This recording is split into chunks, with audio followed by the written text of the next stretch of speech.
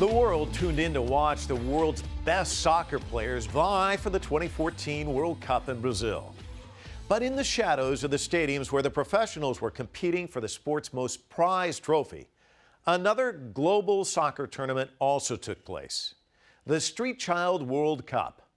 The Street Child World Cup was founded in 2009 in response to a government initiative to clean up the streets of Durban, South Africa before the 2010 World Cup Championship. Children who have either lived or worked on the streets from all over the world were invited to participate in a country-by-country soccer competition. Before the 2014 World Cup in Brazil, the organization continued its efforts by organizing another Street Child World Cup, this time allowing the children to express themselves artistically as well as competing in a sport they love, all to raise awareness that children growing up on the streets are still very much human.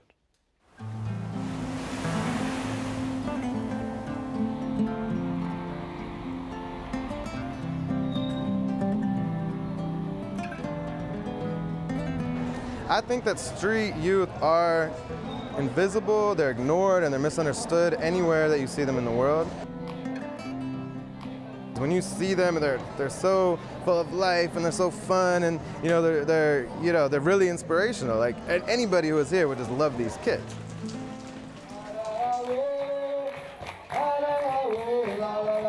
The purpose of the Street Child World Cup is to give children the opportunity to be children. These are street children who are so often treated as criminals, as adults, mistreated by society. So first and foremost, to give them a platform to just play football and be children and remind the world that each one of them has a future.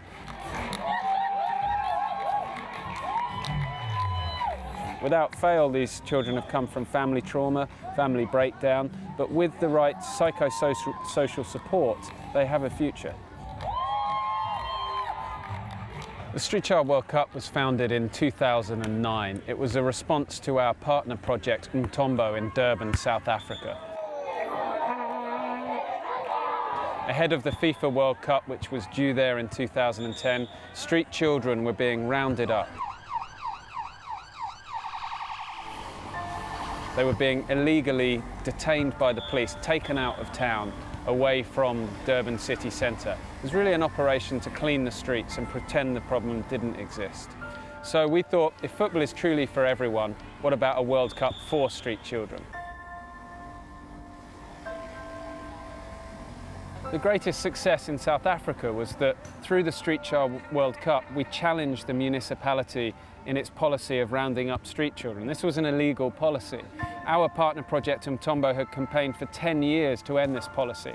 And when the Street Child World Cup took place, we were able to bring international journalists who shone a light on this issue. And it was then ended. The municipality said, we'll now work with Umthombo rather than against them. They said to the project, okay, well, we'll bring the children here. And the project said, okay, well, then you fund us to look after the children. And so the dialogue began. This time we have 24 teams taking part. We have 15 boys teams and 9 girls teams coming from 19 countries.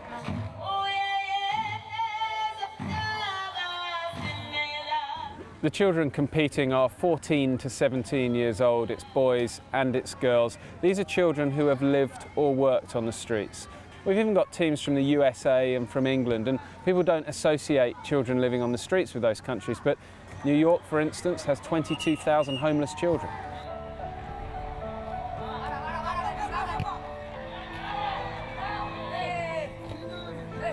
It's not about football skills. The football is our headline, but it really is. This is more than a game. It's more than a football game. It's about which children have got away from the streets. Which are the best examples to the other children? They're away from the streets, away from drugs, they're in education, they become ambassadors. The football changed my life because of my coach for helping me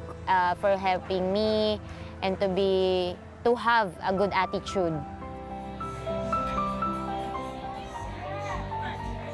I think that sports and arts, they both really go together. They're both tools that we can use to work with kids who sometimes have gone through trauma or have had difficult life situations, and it may be difficult for them to engage in education and in society. And so by getting them to focus on things that they love, like dancing and playing football and painting and doing music, these are things that get the kids really involved and gets them to focus. And once they're focusing, they can really become much more positive and get engaged in other things like education.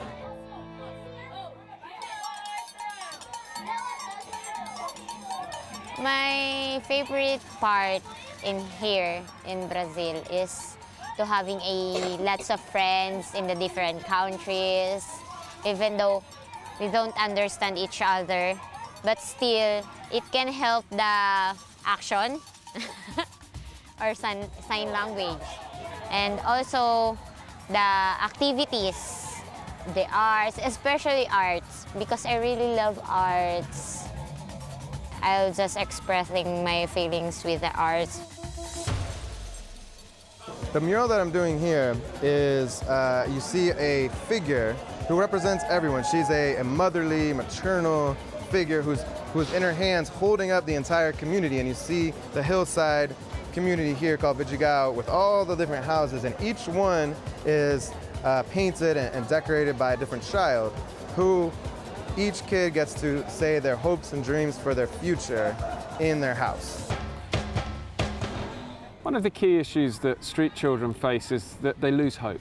They've been promised so much in life and delivered so little, so often abused as well. And one issue we find is that children stop dreaming. And it's a natural thing for a child to have a dream. So coming here to the Street Child World Cup, it opens up those dreams again and makes the children think, actually, I can have a great future. I can have a bright future away from the streets. They're with children from 19 countries here who have been through similar situations. They're not alone. It's unacceptable that in the 21st century, children are forced to live or work on the streets. This is a global issue. About 20 years ago, the UN estimated 100 million street children. There are no accurate figures. The numbers are so huge, and we as a global community are not dealing with this issue. I want to tell that even we are street children, we have the right to play football and to represent our country, and we have to be respected to them. We're ignoring these children. When we stop at traffic lights and the children are there beside us, we're told to look forward. Now actually, as society, we can engage with these children. We can give them a platform to hear their voices and to work with them. But they need rehabilitation, they need support. This is governments, this is business, this is you and I in society. We can all do more, and we can lobby for a better future for these children.